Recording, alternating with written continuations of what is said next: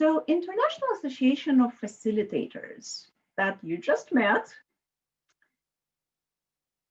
took the time to develop core facilitator competencies. Now, those competencies are organized in 6 clusters, and I would like to get us started with looking at those 6 clusters.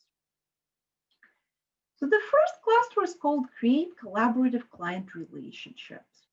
This one is going to be the most relevant for those of you who are external facilitators. So perhaps you have your independent practice as Agilists and facilitators and coaches, and you are invited in various organizations to facilitate Scrum events and meetings, amongst other things.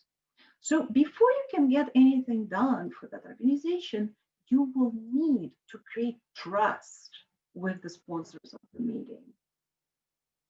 Now, when you're an inside Agilist, coach, or facilitator, you most likely already have the trust with the sponsors, although I would never take it for granted. The second cluster is called Plan Appropriate Group Processes. This is supremely relevant for Scrum Masters and Agile coaches. So what is an appropriate group process?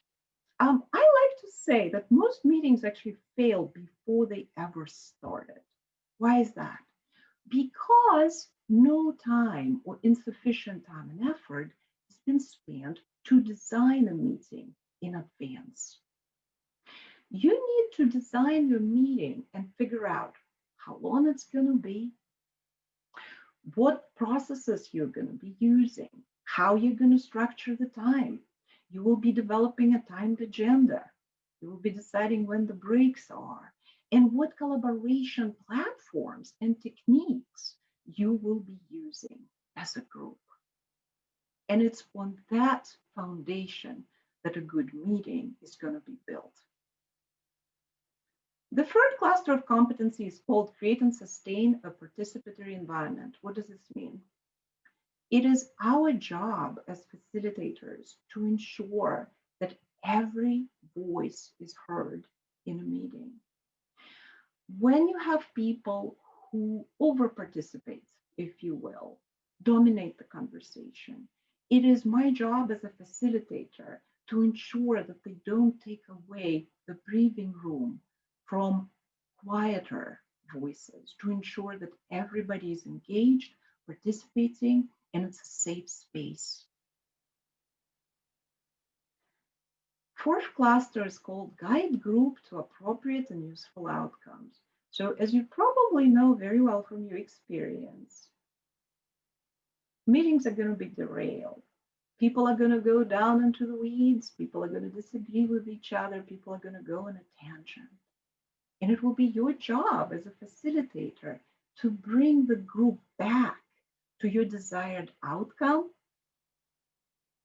and to remind the group that, hey, we are running behind, we have an agenda, we have 6 more topics to cover, we need to move on. It's going to be your job to say, you know what, this discussion is awesome and it is not relevant for the desired outcome of this meeting. Let's put it into parking lot and you guys can follow up later on. Competencies cluster number 5, build and maintain professional knowledge. That's pretty easy to understand what it is. In facilitation, like in any area, it is not enough to take a bunch of classes in the beginning, gain a little experience, and you're set for life, right? You will always need to continue learning and growing. Now, think about what happened with the pandemic.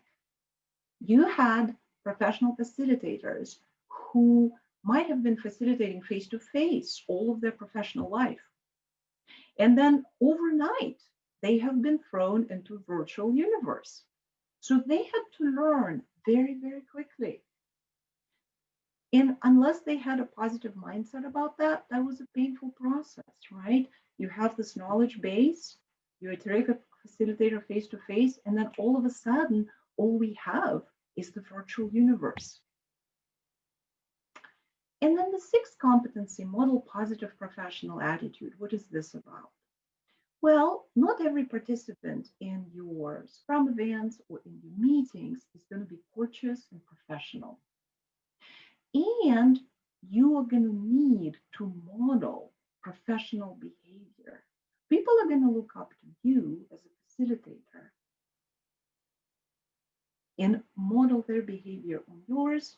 Sometimes it's easier said than done, but that's our job. We can never be unprofessional.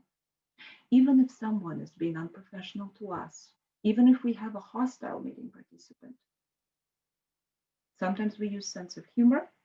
Sometimes we use our extensive bag of tips and tricks, but we address the situation creatively and always professionally. So I am going to stop for a moment and see what kind of questions